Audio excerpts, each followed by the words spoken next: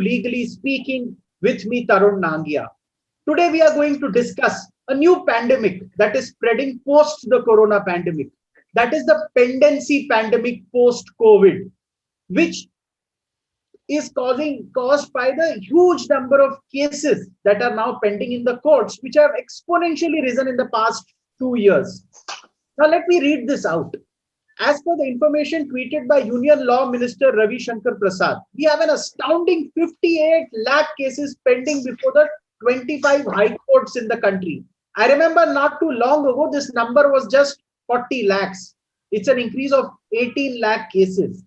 Imagine the terrible strain on the system, and this can also have a very, very big impact on the economy and the investment climate in India. A lot of money is stuck in disputes that need to be unentangled via judgments only. Now, that's not happening because cases are not being heard. How can we, the bar and the bench get together and come to a kind of a consensus that cases should start now be getting heard? What could be the solution? We are going to mull over the solutions today. And to discuss this, I have got a very eminent panel, and I'm very happy to introduce. I have two new entrants on Legally Speaking today. I have with me Senior Advocate Mohit Mathur. He is the president of the Delhi High Court Bar Association, very popular and highly regarded in the legal fraternity. He is an eminent criminal lawyer following the footsteps of his illustrious father, Dinesh Mathur. Welcome to Legally Speaking, Mr. Mathur. I have with me one more new introduction to Legally Speaking, Senior Advocate Amit Desai, who joins me first time on Legally Speaking. He joins us from Bombay, viewers. Senior Advocate Desai has appeared for Kumar Birla and Hindalco. In 2G cases, he's appeared for Sunil Mittal and Bharti Airtel, SR, Etisalat, Pricewaterhouse Coopers in the Satyam matter. Tata Group Chairman Ratan Tata, he has appeared for. Mukesh Ambani and Reliance, he has appeared for. Sajjan Jindal and Jindal Steel, Jignesh Shah, ITC. I have not even begun. The list is pretty long, but I will cut it short here. Thank you so much, Senior Advocate Desai, for sparing time and joining us at a really short notice. It is indeed a pleasure to have you. I have with me Senior Advocate Parag Tripathi. He's one of India's top advocates in the corporate commercial law at the Supreme Court. You have seen him often on Legally Speaking. You name a top corporate, and in many cases, Parag Tripathi has either appeared for them or against them. And you can routinely see him arguing matters opposite Dr. Abhishek Singhvi or Senior Advocate Rodgi in the Supreme Court. Thank you so much for kindly consenting again and joining us today. I have with me Senior Advocate Rajiv Nayyar. People affectionately call him the Don of the Delhi High Court. He is the go-to senior advocate for all top corporates who have a matter in Delhi High Court, and his client list reads like A to Z with multiple companies for every letter of the alphabet. Thank you so much, Senior Advocate Nayyar, for joining us today. I have with me Ryan Karanjawala, Managing Partner, Karanjawala and Company, one of India's top litigation law firms with a much more enviable client list. Thank you so much, Mr. Karanjawala, for joining us today. So let us lay the ground for today's show. Mr. Karanjawala, what do you think? You have cases, you have counsels everywhere in every part of the country. Can you share with us what is the problem we are facing today? And are there any examples which show us that there is a light at the end of the tunnel? So when dealing with the pandemic, if you look at the figures, you see that the Delhi High Court has 29 vacancies and 1 lakh pending cases. Calcutta High Court has 41 vacancies and 2,72,000 pending cases. Bombay High Court with 33 vacancies has 5,53,000, about 5.5 lakh pending cases. And Madras with 14 vacancies has about 5,83,000 pending cases. So the obvious thing is that first, there are too many cases, too few judges, and there is less work happening than there should be. Also, it's obvious that during the pandemic, the courts function to about 40% of their capacity, if that. And therefore, if you look at the figures pre-pandemic and if you look at the figures post, so you can't say the pandemic has ended, and you look at the figures of today, you will find that there is an additional burden put on the pendency of cases. So, how does one extricate oneself from this situation? One example, it's a phenomenon rare to the Bombay High Court, is a judge called Justice Kathawala.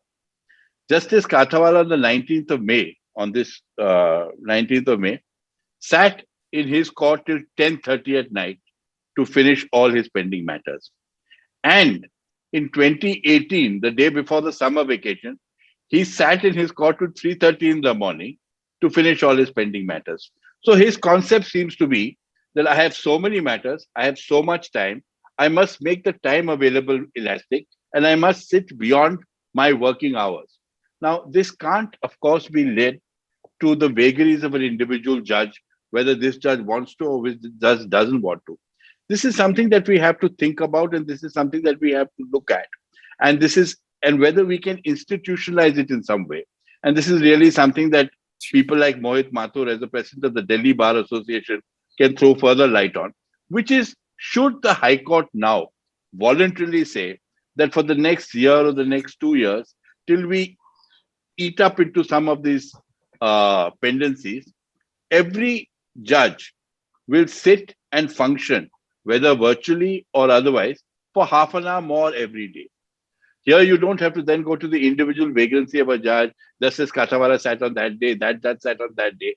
Here, you have an institutionalized system where the judges accept the problem, the bar accepts the problem, and they come out with a new proposal which says that now the court will work half an hour extra every day.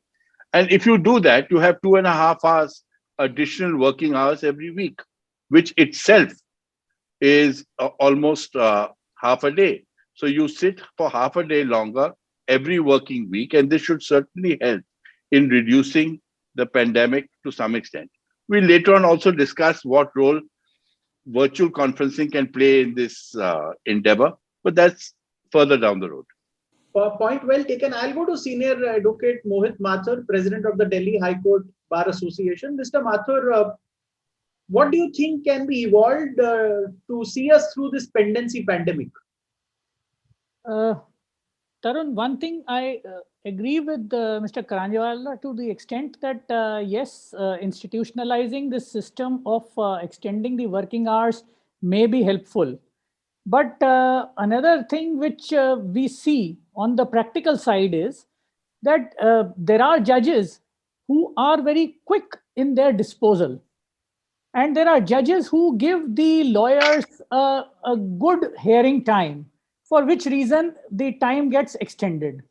And it's not that just to name one judge or two judges, even our own High Court and Mr. Tripathi and Mr. Nair can definitely vouchsafe that we have a few judges who on a very, very regular basis do not get up till they dispose of all the entire board. And whether it is 6 o'clock that day or 6:30, 7 o'clock, it's all right. What I, in fact, would rather emphasize is what Mr. Karanjawala said, the first thing, and that is the pendency of the bench strength.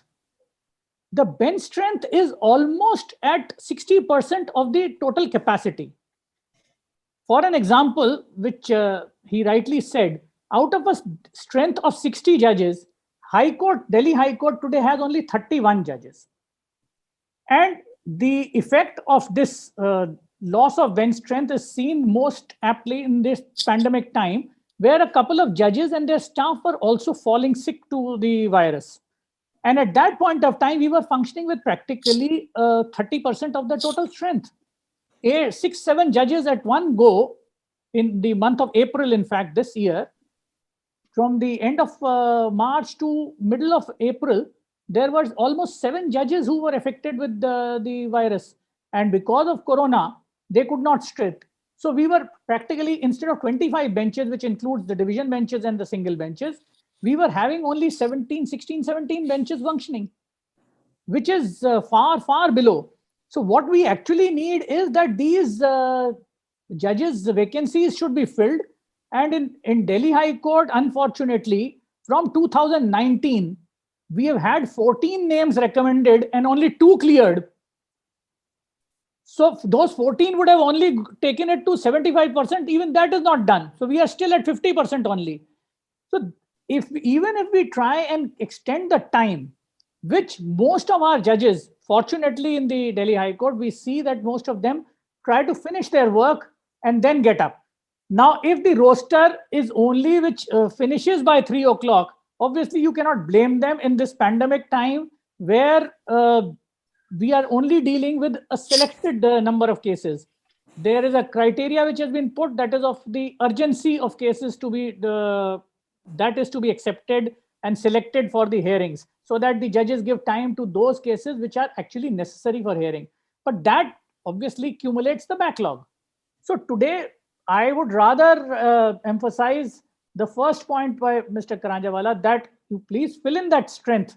The vacancies should be filled, because otherwise today, when we were dealing with about an average of 30 cases in a day before each bench, and we had only 25 benches to deal with. So 700 cases were the maximum which we could deal with on a VC, and VC has its own limitations also, because every document is not scanned, every document is not digitized, all the old files have not been digitized, those things apart. The same thing, we would have had at least 40 benches and we would have done almost 45% to 50% work more.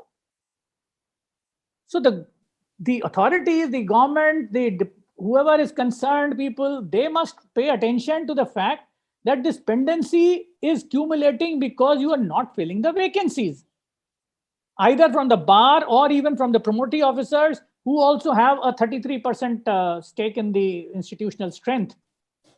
But if you don't fill it, then pandemic is only one situation or one time when the situation gets highlighted.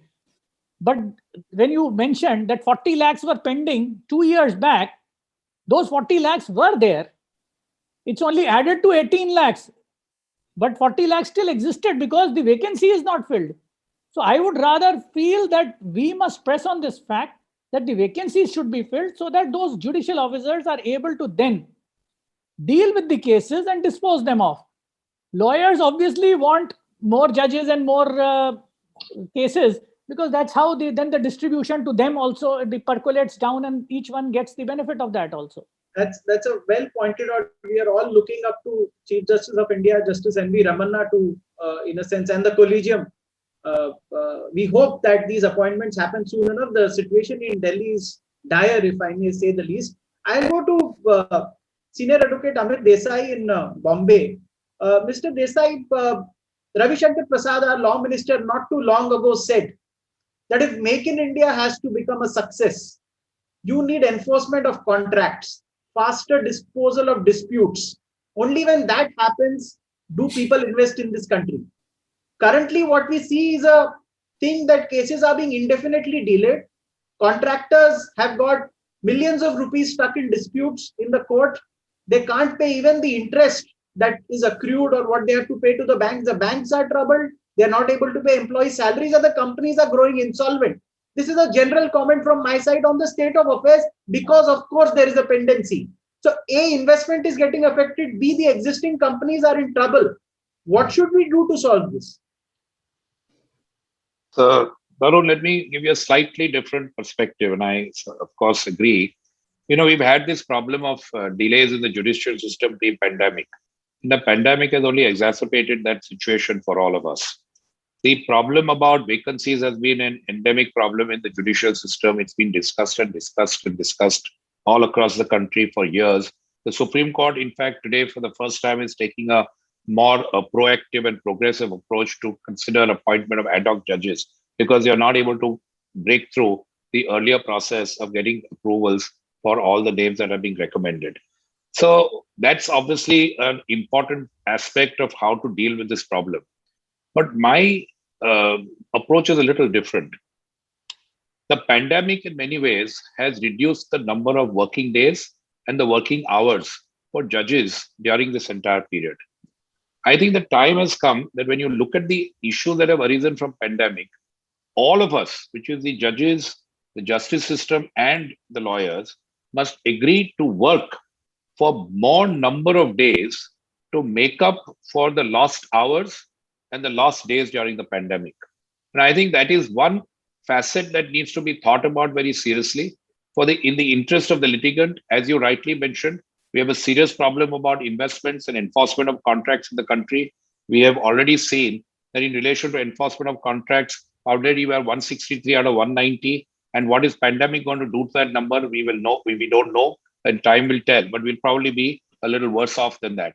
So it's imperative that we change some of our work culture and we willing to work for more number of days, get the judges to work for a larger number of days to catch up for this entire period of the pandemic where we've lost a lot of time in a lot of cases. So my sense is that that is one important way in which we should deal with it. There's no doubt about what Mohit and Ryan have said about the question of vacancies. But my own sense is that that's going to take a very, very long time to resolve. There are lots of complexities in dealing with that particular aspect of the matter. But if you want a here and now approach to dealing with this problem, I think the real issue is just to increase the number of days and not concentrate on the vacation times that we have in the courts. So that's the sense that I have, and that's the approach that I would say should be taken to resolve or at least mitigate this part of the problem right now. I'll go to Mr. Rajiv Nayyar. What system could be evolved? I mean, at least in the Delhi High Court, whose problems you know like the back of your hand. What can be done? So, Tarun, your question actually is in two parts. One is in relation to the appointment of judges. For that, the pandemic actually has no effect, because this phenomenon of there being insufficient judges has been there for long because of the appointment process. Because by the time a person's name is recommended, then goes through IB, then goes to collegium, then goes to the government, half the list is scrapped in the collegium level, half the list is withheld at the government level. And eventually you find that not more than 1 or 2, maybe 5 or 10% are actually get appointed. And it takes at least a minimum of a year and a half before your name is actually put through. So this is a mindset it has to change. This has nothing to do with the pandemic. I mean, either the government and the collegium have come to some terms on a certain procedure, how fast it is fast track. Because every time you find that there are public interest petitions in the Supreme Court asking for expediting of appointments, then there are public interest petitions by saying name was recommended a year ago and is lying somewhere in the law ministry. So this process, as Amit has rightly said, will never change. It won't change. It hasn't changed for governments past. It won't change for this government. It won't change in the future, because this is an ongoing tussle where both the executive and the judiciary are trying to steal a march over one another. So pending that, how do we resolve? And particularly in the light of the pandemic, we have realized the alarming nature of arrears. So actually arrears have come up because of the fact that the hours are truncated, cases are few. So how do we sort of resolve it and solve this problem? One is that in the Delhi High Court, there is a potential and there is a capacity of everything to be done online. So we can have a judge doing his entire board of 30 or 40 cases in a day online. I mean, it doesn't really have to be urgent matters of 10 cases or 5 cases or the cases filed in the 21. They can be, a judge can, according to his roster, be given the entire cases online, and as much as he can dispose of them off online is an aspect which he can do. I mean, if he sits from 10:30 to 4:30, he may be able to do as much as he could do physically, because he has access to all the records, he has access to counsel, he has access to the staff, etc. So going forward, until the situation gets a bit normalized, I think the solution is that not 5 cases or 10 cases, but 30 to 40 cases are listed before each judge. And then the judge himself will try to do as many as he can. He will obviously want to not leave about 20 cases undecided in a day.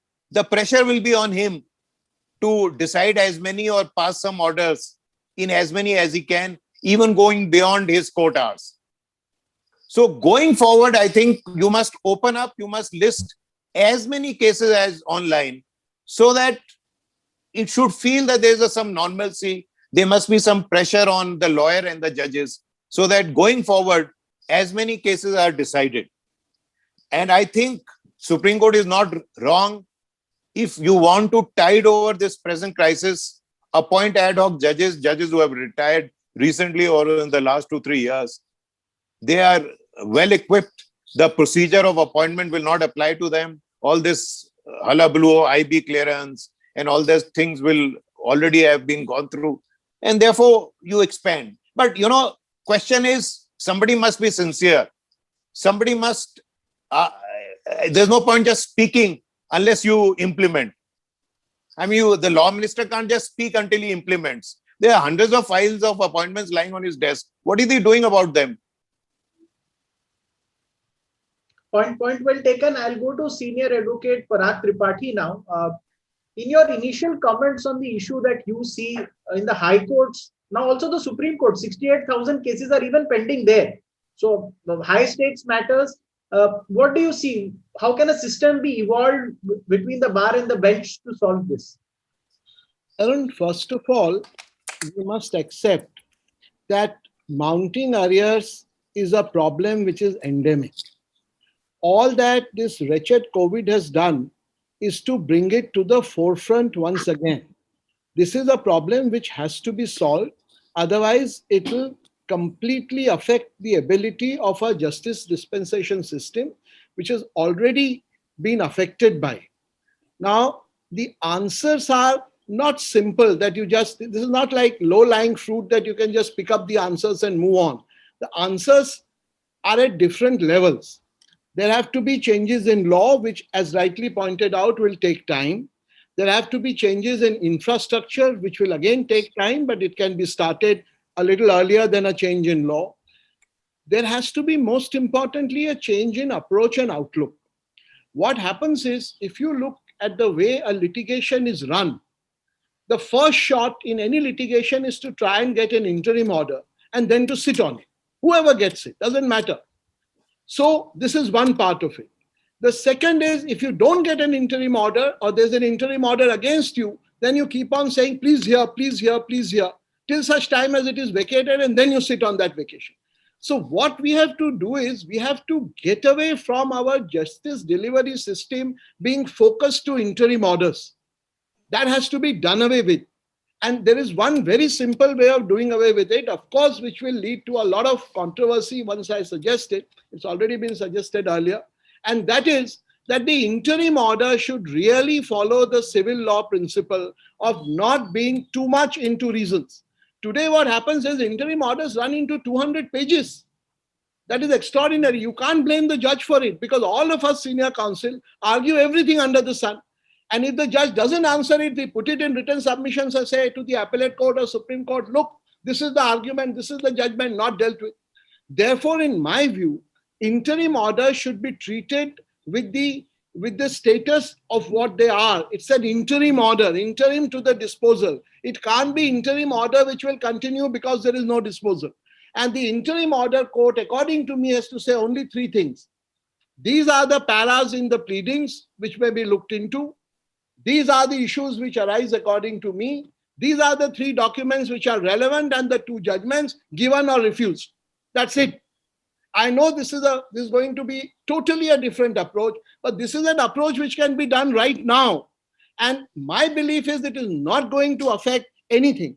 Because if I want to be whimsical or if I make an error, I will make an equal error in this short approach than I'll make in the longer approach. The benefit is, having done that, he will immediately come, the judge will come and say, now let's proceed to final disposal, which is what we are really about. Secondly, I think as a system of dispute resolution, all of us, lawyers, judges, every one of us have allowed best to be the enemy of good. We are looking for that imaginary best result. You sit in the Supreme Court, there is that argument, but this should have been like this. We have to learn. There's a very interesting Yale professor who said that the right of an individual to adjudication ends with the first round. After that, his right is over. Then the system will only pick up those litigations which require adjudication for some benefit to the society, either it will affect a large number, etc. Thirdly, we have to approach, these are all things which will await change of law. We have to approach cases by clumping them together. We have to have an assessment of what will be the load on the system. Look at section 138 of the Negotiable Instruments Act. Look at our bail system. Everybody as a matter of routine is denied bail. If there's a matrimonial dispute, which is not a dispute of national importance, nobody has died, nobody has been grievously injured. My daughter or my son has married your daughter or your son, they're not getting along. Mohit knows that very well. Amit knows that very well. So every single family member is put as the accused, because all you have now need is a well-drafted FIR. There are any number of extremely competent lawyers who will do that for you. And once it's a well-drafted FIR, you have to face trial, and which means you have to start from bail. So some bail will be at level A, level 2. Look at the load it puts on the system. We have to cut that out. What is wrong if you look at this simple thing in a dowry case? Has there been any grievous injury to the lady? Has there been a death? No, bail granted. Let's move forward. I agree that there is no witness protection program, but in dowry matters, it is not perhaps that important. So we have to think out of the track. We have to have costs which matter. What do you think is a cost, Tarun, which you get as per the rules of the various high courts and Supreme Courts for a senior's presence? It varies between 3,000, between actually 350 in one of the high courts, I'll not say which, and goes up to a few thousand, 10,000, 20,000. Nobody is serious about cost. Actually, the court will tell you, why are you asking for cost? You have won it now. Be happy. This could have gone on for another 10 years. So we have to all introspect and look at the way forward. So this is one aspect which can be done without awaiting the change in law. My view on law is that today with these huge arrears, because as the data from the National Judicial Grid says, pendency in Supreme Court in the last 1 year up by 10.34%. Pendency in the High Courts up by 20%. In the district courts, 18%. So we have to, till we reach a position where pendency starts going down, we have to effectively cut down appeals. Take a case of arbitration. There's an award. The first provision on 34 where you challenge an award should be, why should it not be enforced in the interregnum? Just tell me 4 reasons. As a general rule, I will enforce it. Because we feel that no, this award could have been better. Look where he has gone wrong. And that is where we create that problem. I remember, to give a cricketing analogy, the South Africans were asked, how are they such great fielders? So he says, look, we stop the second run very simply. The moment the ball comes to a fielder is told to attack it and hurl it in the general direction of the wickets. The batsman who has to decide whether to take the second run doesn't know whether the throw is accurate or not. It is airborne. So he stops. By the time he knows that the wretched throw is not accurate, he has lost his opportunity. So there is an advantage for quick decisions. They are bound to be wrong, or they will never be always right. But who says delayed decisions or decisions with due application of mind over a very long period will necessarily be right? So we have to change the way we think. We have to change certain aspects of our system, like for instance, the accused. And in big matters, please see any of these big matters with a political color, whether this government or that government, doesn't matter. 100 accused, 85 accused, all of them have to be paraded as if it's a beauty parade before the hapless judge who's trying the case. Why do you need that? That is needed so that the accused knows what is the evidence led. You have to find ways out of it. So this unnecessary movement, this bandobast is done away with, and you can record the proceedings. Even if, say, in Tihar jail you don't have so many rooms by which you can do video recording real time, you can record it and the accused can see it later. His lawyer can see it later if he wants to, that this is what the evidence was. Therefore, we have to all sit down and work out ways by which we minimize this. And lastly, as pointed out in the very important case of Lok Prahari, which one of my friends noticed, of the Supreme Court, we have to have a system where every judge's date of retirement is known. So there should be a provision that within 6 months prior, so if a bench is sitting today, the collegium in the High Court says sitting today, they should fill up vacancies, give recommendations for vacancies which have happened today and will happen in the next 6 months. And this will be done, as Lok Prahari says, in 3 months. You can even think of adding one more, that even 3 months, though recommendations come, and I know the problem with ideas are very simple to give, very difficult to implement. And I'm in the great advantage of giving ideas, but I'm throwing ideas, hoping some of them will click. You can even consider this, that if a collegium is unable to give names in 3 months from the time the collegium gets constituted, then give that right to the next 3 senior most judges. Nothing works more than the fear of losing an important constitutional duty.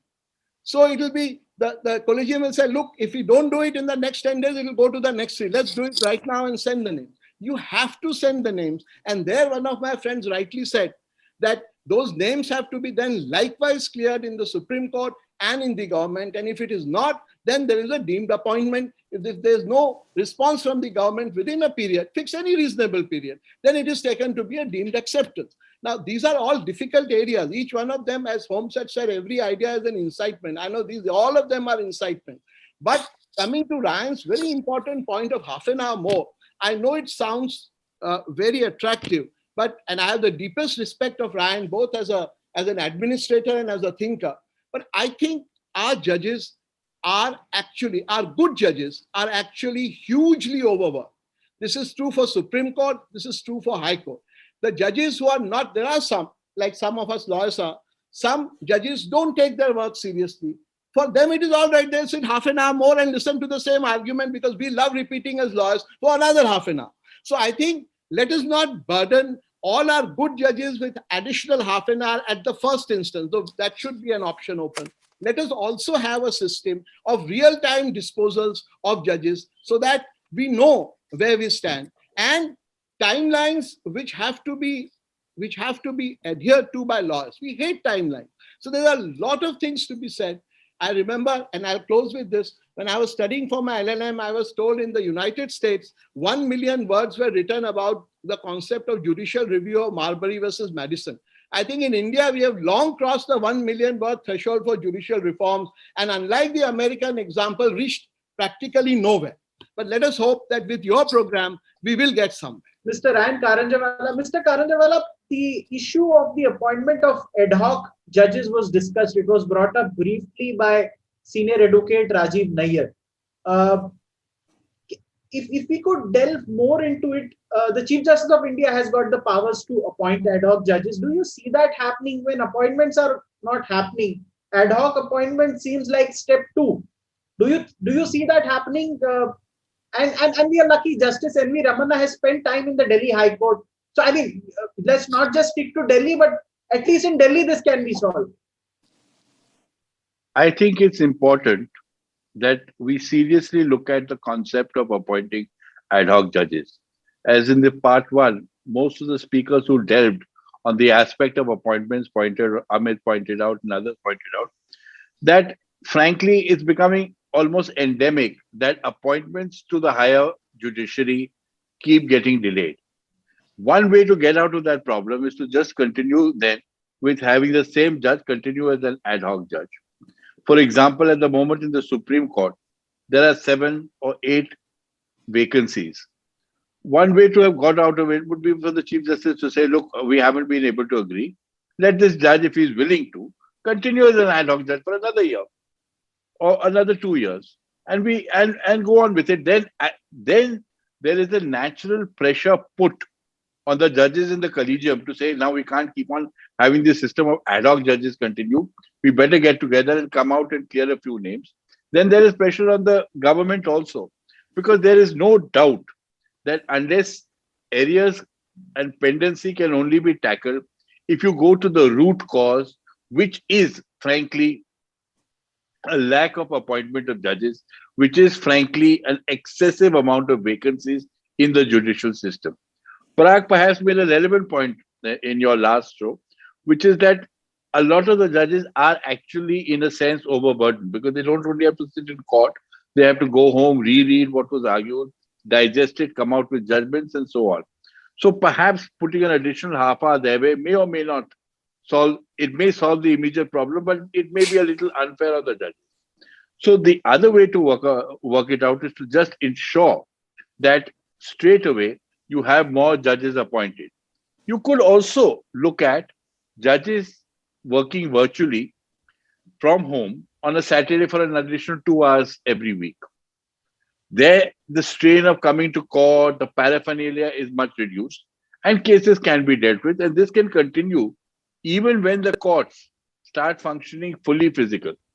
So these are things you'll have to do. I certainly think that the appointment of ad hoc judges and that particular power should certainly be utilized far more than it is. Okay, point well taken. I'll go to Senior Advocate Mohit Mathur. You are a popular leader of the bar. Unlike the panel we have here today, which is past the stage of self-actualization in terms of money, a lot of lawyers aren't past that stage. My panel is. For them, money is important to pay their monthly bills. That's why more cases need to be heard, because they need to pay their EMIs. They need to send their children to school. Do you think the bench now has the responsibility to handhold the bar, at least on this aspect? I think, Tarun, you should have been a part of my executive committee. We have been voicing this with the judges and while interacting with them, that even if you don't handhold us, at least don't take away our hand also and shun us. Because we should not be treated like worse than the migrant labor who suffered, because we don't fall under any category. And we are all self-employed professionals. And unless and until courts are functioning in some manner or the other, and not in a very, very restricted sense, the mango lawyers, the arm lawyers will not be able to earn their bread.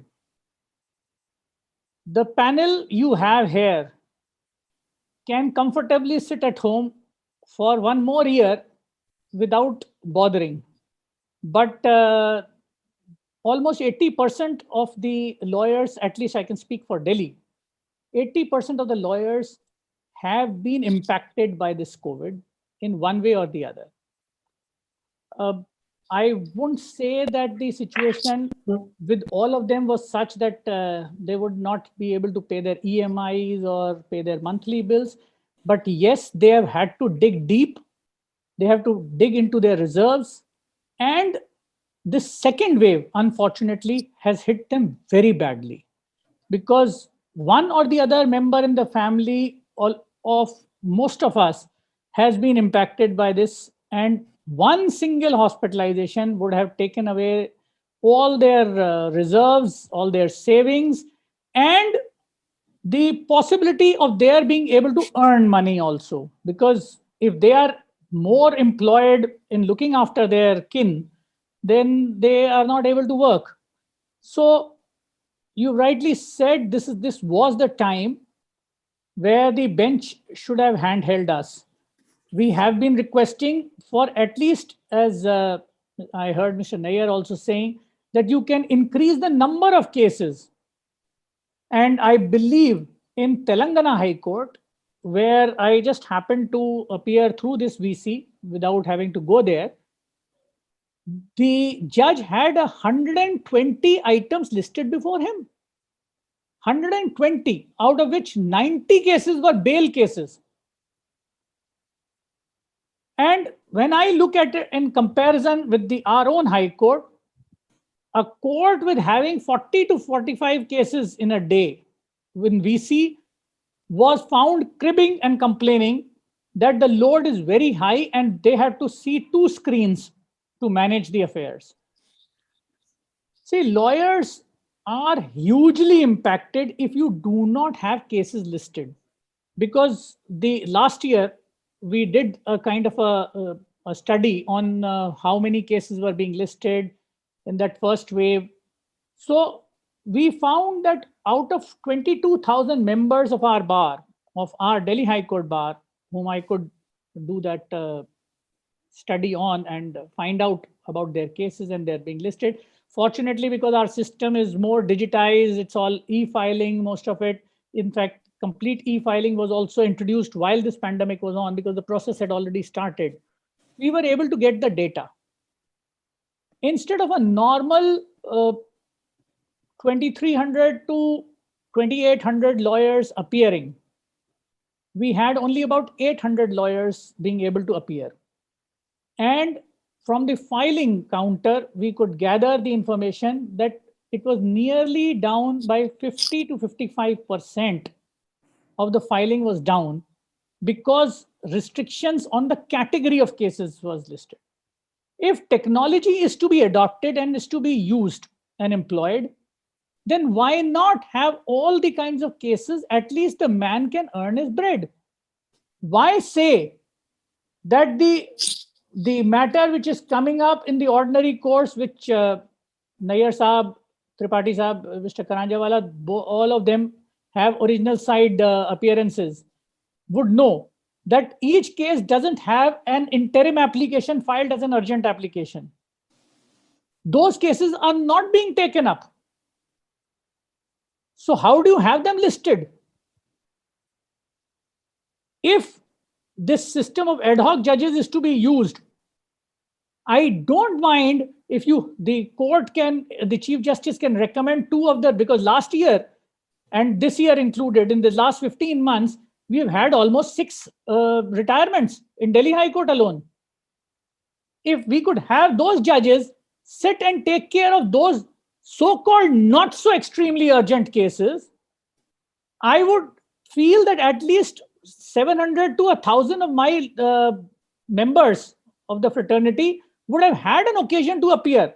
There are 1,800 lawyers whom we found out from the previous year, 2019, have between 1 to 5 appearances in a month.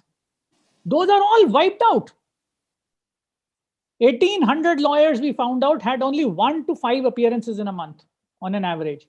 They're all wiped out. Now, where do those 1,800 go?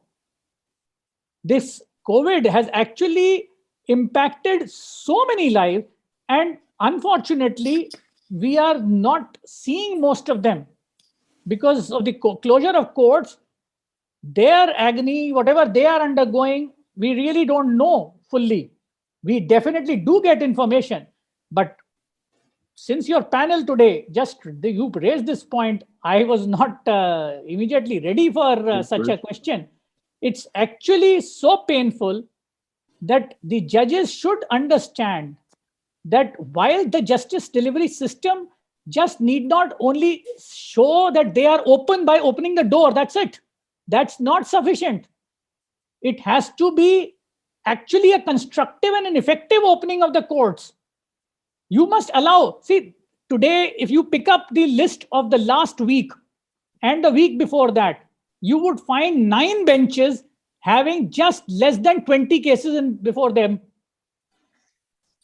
There was a system started last year of 18 to 21, 18 to 20, 2018, 1st January 2018 to 15th of March 2020. Those cases which were filed in that period and were kept pending and were not taken up were allowed in a second list. There were 6 to 8 judges who were able to take them up on a regular basis, and there were other judges who were able to take them up once or twice in a week. Even that has been taken away. So where do you go when a lawyer wants his matter to be heard? He is told this doesn't fall under that extremely urgent. Now these classifications are all subjective. They are left to the registry staff to decide. The man then, if the lawyer does not get his chance with the closure of court, he does not have a chance where to vent his views, where to vent his grievance. So I somehow feel that whether you extend it by half hour, the time period, whether you extend the number of cases, you allow open the doors for all the cases which were listed. I can understand, yes, you may have difficulty with technology. You may not be able to dispose of all the 50 cases, but at least you'll be able to do 40. But today you are only doing 20. What's the point? This ad hoc judges is also to reduce the pendency. The suggestion comes only to reduce pendency. I remember when I joined the bar way back in 91, and Tripathi Saab and others who have already been there, they would all know. Justice G.N. Ray and Justice Jayachand Reddy, I remember, were appointed only as ad hoc judges to dispose of the criminal appeals. They would take up 50, 60 criminal appeals in a day. And as Parag Bhai just pointed out, you needn't give a detailed reasoning. If you find that the man has substantially done his sentence, finish it off on already undergone. Today also you are employing HPC guidelines, the high-powered committee guidelines are being employed to decongest jails. Arey bhai, what's the problem if the man has done half the sentence? Think about it. Do away with it. At least your pendency will go down. See that the absolutely serious and those are actually heinous, they may be excluded out of that category. But offenses which are punishable up to 5 or 7 years of sentence, has the legislature itself has considered them not to be so heinous and serious. Similarly, in your civil suits, there may be so many cases, I'm sure, which are pending only with applications. And in fact, we got some information from the judges only, who said that in 2021, only to get their case listed, people were filing applications. They would file one application, have it listed, and that's it. So they can get some relief or at least get one peshi. Point very well taken and very heartfully argued by you, this point. It's indeed heartening that you sense the problem of the whole community that you represent. Yeah. It's important to have a voice like you in the bar. Thank you so much for airing this concern. Thank you for giving me an opportunity, because I didn't know that I will get the opportunity to speak this issue.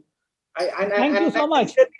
I sincerely hope the bar will, in a sense, be indulgent of your opinion. Thank you. The senior And the advocate, bench. the bench, yes, I correct myself. Senior advocate Amit Desai, the situation in Bombay, and if you could give me 3 actionable points that we need to do to solve the problems that we are facing. A, people who have criminal appeals pending, and also the corporates. And this whole issue of ad hoc judges versus appointments. What's the situation in Bombay and your solutions? So Mohit has actually brought out an emotional issue for the bar very clearly. And I think this is across the country. I remember reading in the newspapers a few months ago about Vikas Singh as the president of the Supreme Court Bar also urging the opening up the courts more for the junior and the young lawyers rather than for anybody else. And I must tell you that even in Bombay, went physical and probably was the first high court in the country which went entirely physical on the 1st of December, despite the problems of the pandemic.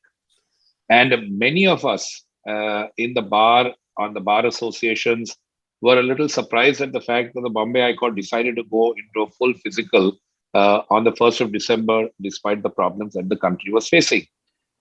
One of the issues that started coming back, despite all representations before the bench, was that the younger lawyers were facing a problem of having the ability to come in and argue their cases, having their regular cases being taken up, because all these cases, and in Bombay, a lot of cases actually come from the interiors of the state.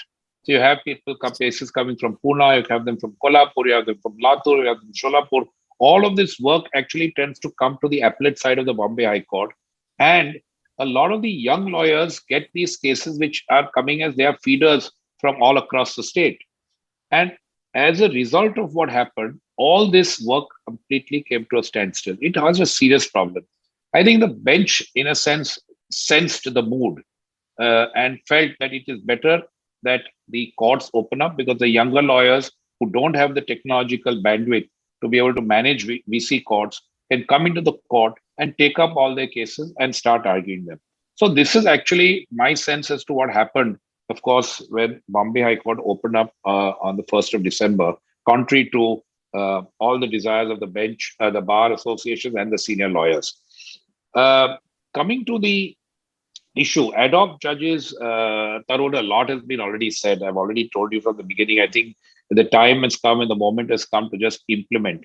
And fortunately, now that the Supreme Court has issued certain directions, I mean, that's something that needs to be now moved forward. And that's the only way you can break the impasse of appointment of judges. There's no other way that you can do it, as I've mentioned to you. So ad hoc judges is something. We are already in Bombay High Court. We are at 33% less than capacity. We have 61 judges against a capacity of 94 judges.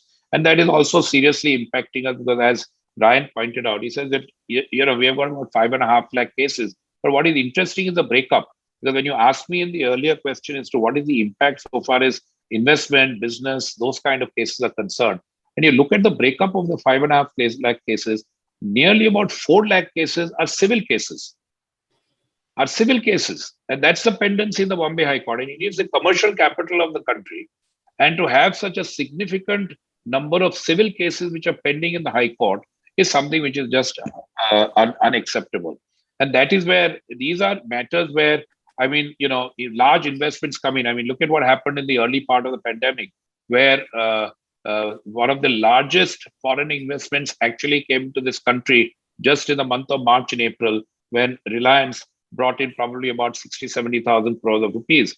But if this is the message for the international community, then I think courts, and whether it's the Delhi High Court, it's the Bombay High Court, now most of the courts across the country have got their commercial courts set up. They've got to do something seriously to be able to move this kind of pendency. I think ad hoc is one, but I think what is also something which we need to look at is when you do the breakdown of the kind of cases that are there, what we are also seeing, and this is all statistics which are available on the National Judicial Grid, is the number of years of the delays. And there are so many thousands of cases which are pending since more than 5 years. I think it's important now to also determine the materiality of some of these cases. And then, depending on the materiality of these cases, decide how you want to deal with them and dispose them of, because you need to clean the system. You need to clean the system of this backlog. There are cases 30 years old. There are cases which are between 20 years to 30 years, 10 to 20 years. And I think many of those cases have lost their relevance in the current environment. I remember several years ago, even in the Supreme Court, when I think it was Chief Justice Thakur, when they set up a tax bench. And the whole object of that tax bench was to clear the backlog. And I think it was Justice Sikri and Justice Nariman's bench, which sat and took up a whole host of cases, clumped, as I think Rajiv rightly said, clumped cases with common issues together, and then started disposing of these cases. And that's something which is a case management process which should be brought into all these high courts when you look at the kind of cases that are pending, which are clogging the system and creating the problems that we've been hearing about the inability of judges to list even 40 cases on a day. There have to be 40 relevant cases. They have to be relevant to the litigant today. They're not relevant after 10 years and 15 years and 20 years. So all the deadwood that's there, you have to find a way to now get rid of that deadwood.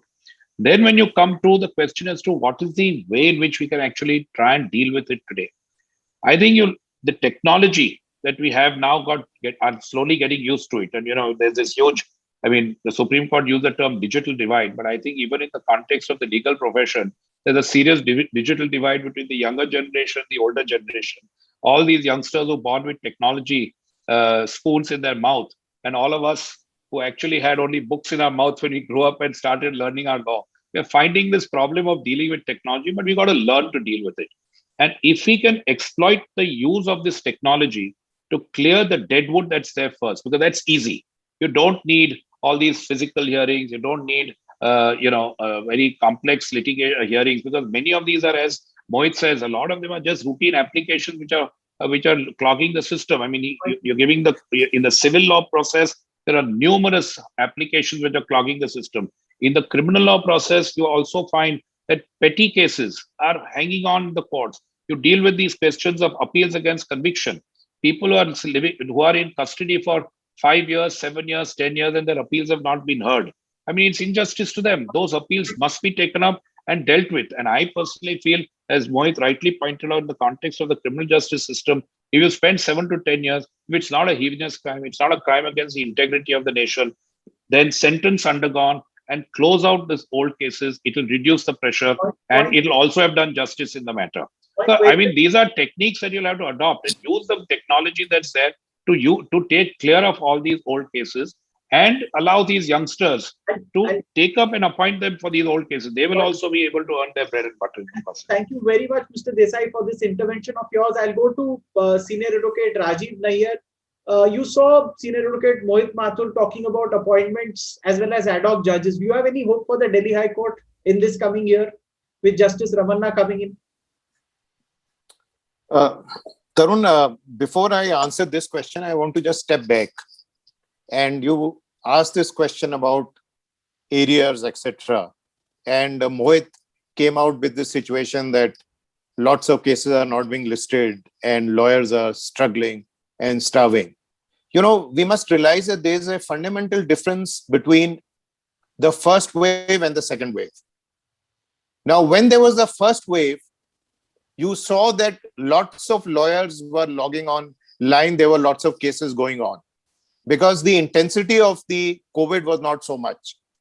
Now, if you compare with the second wave, I don't agree with Mohit that it's a question of listing low number of cases.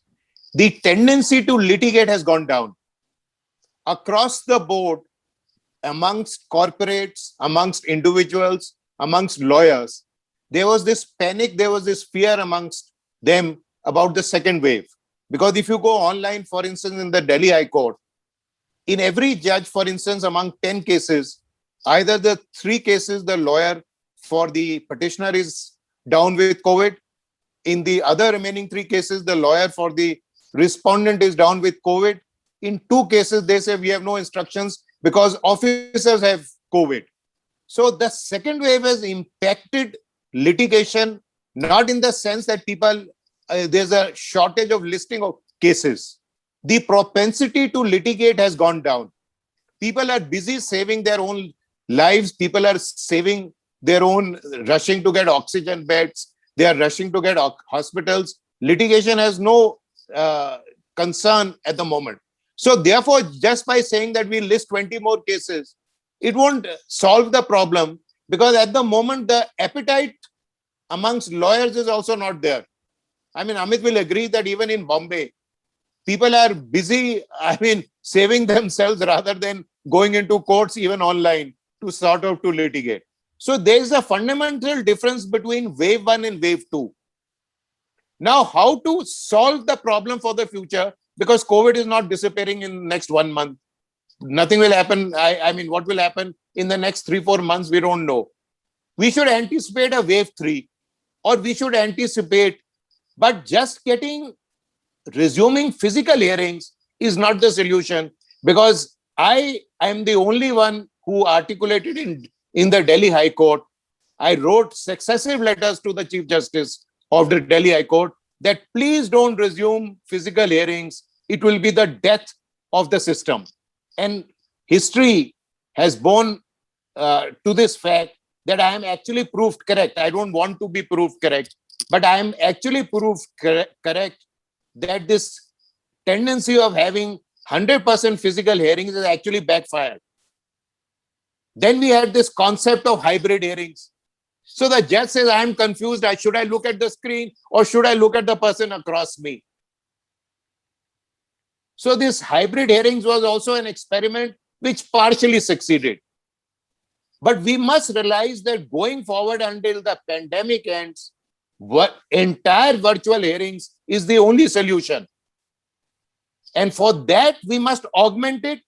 We must increase the number of cases. If necessary, we must have ad hoc judges.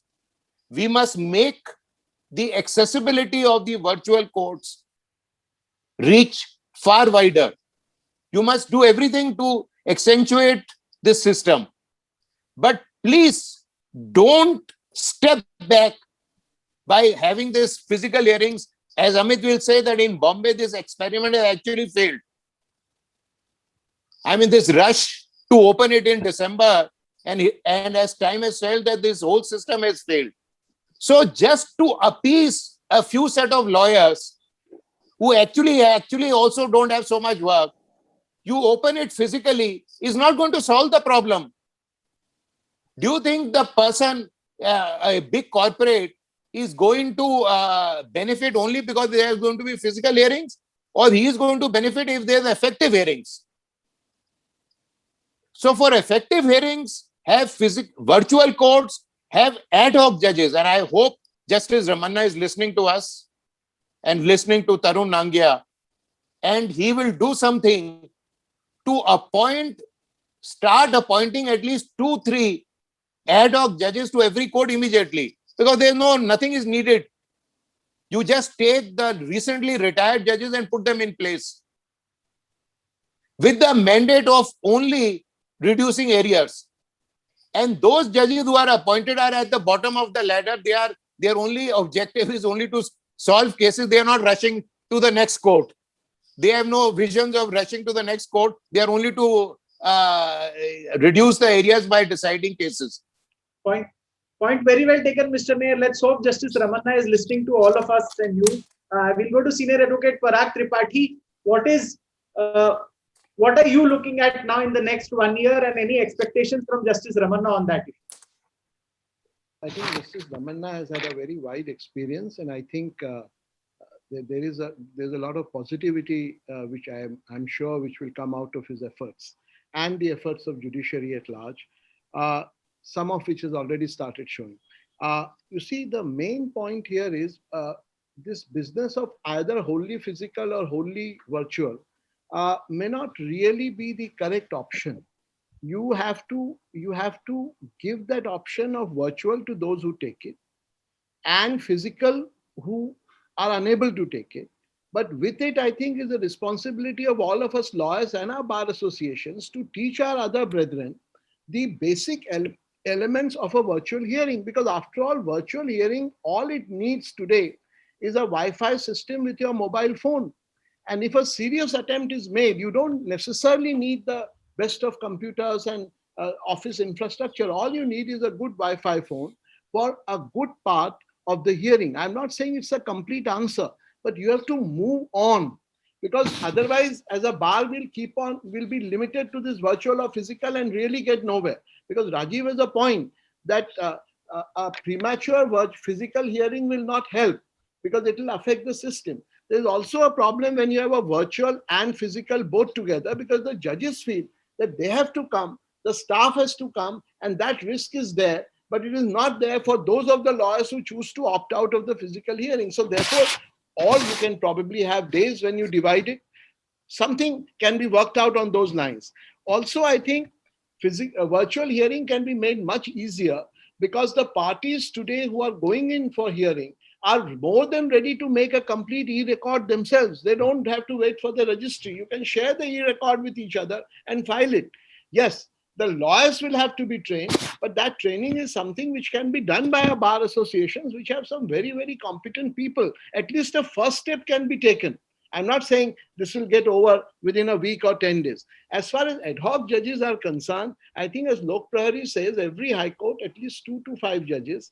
And this requirement that one has to ensure that the collegium recommendation moves smoothly from the High Court to the Supreme Court to the government and back, which I already dealt with in the first part when I was making my statement. So I think, really speaking, we have to upgrade our appointment process so that the appointment process becomes comparatively seamless. And therefore, finally, we come to the final hearing cases and old cases. I think old cases can easily be done. Many of them can be done by virtual hearing. There would be some where physical hearing is required. We can have helplines available with the Bar Association that you get in touch for the final hearing roster. Because what happens is, as was rightly pointed out, when you have a case which is 15, 20, 30 years old, it is amenable to quick dispensation. In criminal law, it is amenable to quick dispensation because the person has more or less been incarcerated for a long enough period. In civil law also, the parties have come to accept their plea.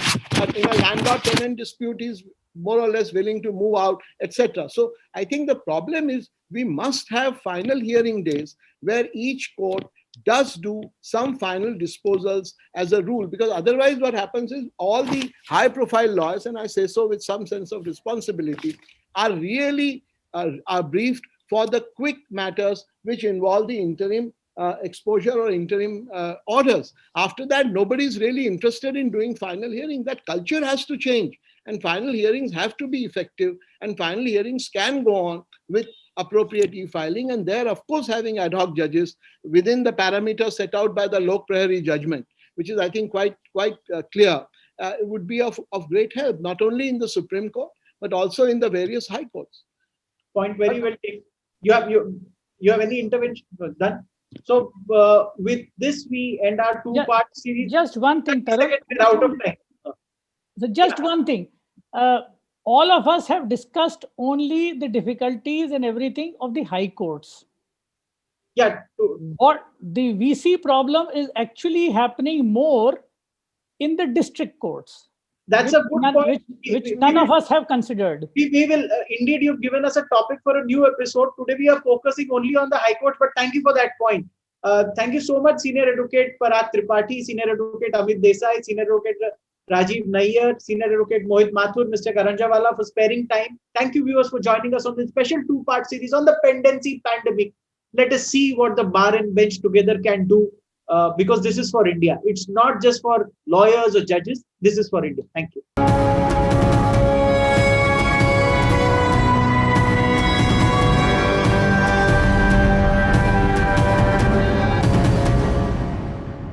For more such videos, subscribe to the NewsX YouTube channel, hit the bell icon.